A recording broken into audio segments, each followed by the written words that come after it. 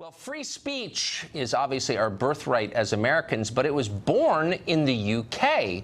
And free speech seems to be dying there as well. Mass immigration and the cult of multiculturalism that made it possible, in the end, proved more powerful than that country's centuries-old heritage of unrestricted public expression.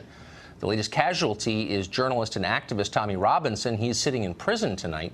His crime, daring to talk about sexual abuse rings run by Muslim immigrants to the UK. Robinson pointed out that Britain's policies are destroying the country, so the people who made those policies jailed him. We talked to Katie Hopkins from Rebel Media about this the other night. Here's part of the conversation. What we have to ask ourselves is what happened to freedom of speech in the UK, because I firmly believe, and it's my opinion, we no longer have freedom of speech in the UK, and I believe Tommy Robinson will be killed inside the prison, and it will be the establishment that have blood on their hands. Douglas Murray is the author of the fantastic book, The Strange Death of Europe. He has followed Robinson's case from the beginning. He joins us tonight. Mr. Murray, thank you for coming on. I'm not surprised that this is happening because the people in power always try and tamp down on dissent.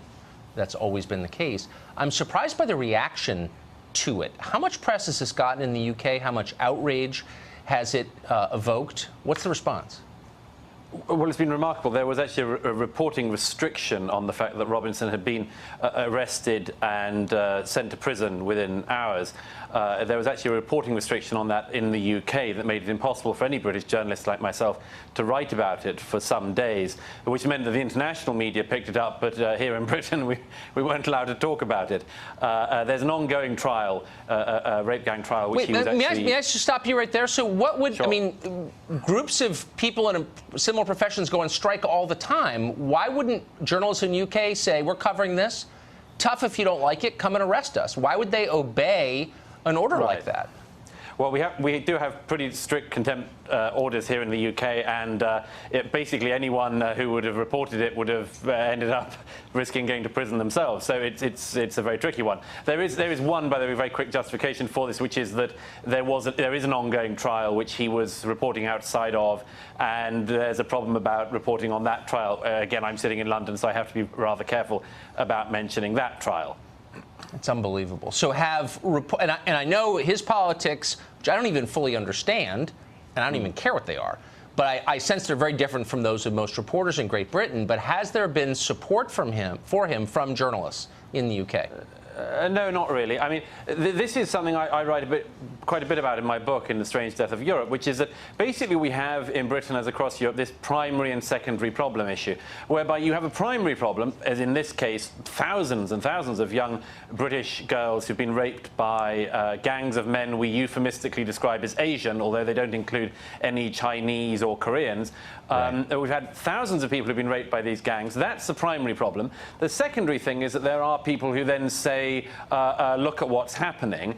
And actually, as I've said on this case, as with many others, the law and everything else comes down incredibly hard on the secondary thing, indeed sometimes harder than on the primary issue. I wrote about this, by the way, the other day at the Gateston Institute website. You can see the piece about, I said, let's just compare the treatment of Tommy Robinson, who's been, whether you agree with him or not, trying to draw attention to the rape gang stuff, and the one official from the county council in Oxfordshire who was in charge of child services when hundreds of girls in her area were raped and abused. And it turned out that the council knew about a whole load of it, and they just ignored the families. Now, Now Tommy Robinson is now in jail. That woman at the county council in Oxfordshire got a £250,000 payoff several years later to leave the council, and now, wait for it, is running the tourist agency Visit Oxfordshire. Your society really hates itself. When did that start? Well, my view is, you see, that this is all an expression of an incredibly wide societal cowardice. And it starts off in a country like Britain with kind of good manners. You know, we sort of want everyone to get along. We want to be nice to each other. We want to be nice to people who are incomers and so on. And then you discover terrible things that are going on. Minorities within minorities, but nevertheless you discover things that are going on. And then you get to this really weird position that we're in at the moment. It's the position I describe as the one that says in multiculturalism, well, we've got a bit more gang rape than we used to, but then there's a wider range of cuisines. So, you know, who's to say? I recognize that. I wish we had more time. Mr. Murray, thank you. Great to see you. Thank you. Trump campaign advisor George Papadopoulos is the center of the Mueller investigation and the year-long media onslaught. But does the case against him tell us anything about Russian collusion? His wife joins us next.